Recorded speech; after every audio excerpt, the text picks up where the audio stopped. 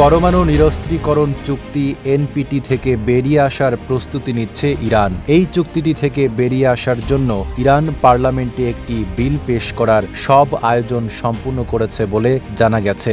ইতিমধ্যেই সেই বিল তৈরির কাজ শুরু হয়ে গিয়েছে বলেও জানা যায়। যদিও তেহরান জানিয়েছে তারা ধ্বংসের জন্য অস্ত্র বানানোর বিরোধিতা করে যাবে। ইরান শুরু থেকেই বলে আসছে তারা কোনো ধরনের পরমাণু অস্ত্রের মালিক হতে চায় না, কিন্তু শান্তিপূর্ণভাবে পরমাণু শক্তি ব্যবহারের অধিকার তাদের রয়েছে।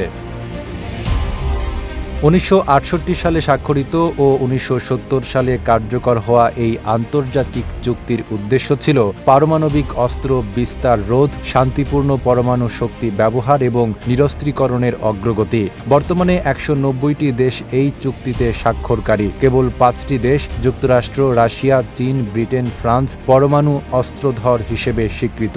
চুক্তি স্বাক্ষর করা অন্যান্য দেশগুলো এই চুক্তি মেনে পারমাণবিক অস্ত্র না বানানোর ব্যাপারে প্রতিশ্রুতিবদ্ধ। কালার এক্সপার্ট, জর্জ স্যাপ এবং মাইল্ড অন হ্যান্ডস টেকনোলজি সমৃদ্ধ অরিক্স ক্রিস্টাল ওয়াশ আপনার লন্ড্রি এক্সপার্ট।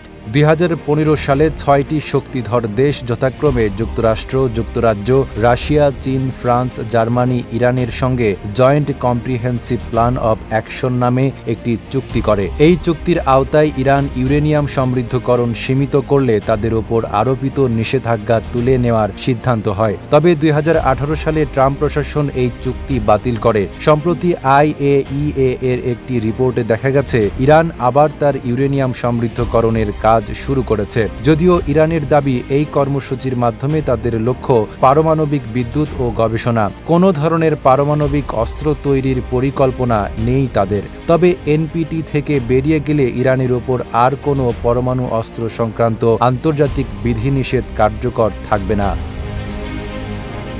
প্রসঙ্গত, ইরানের বিরুদ্ধে পারমাণবিক অস্ত্র সমৃদ্ধকরণের দাবি তোলা ইসরায়েল এখনও এই চুক্তিতে স্বাক্ষর করেনি।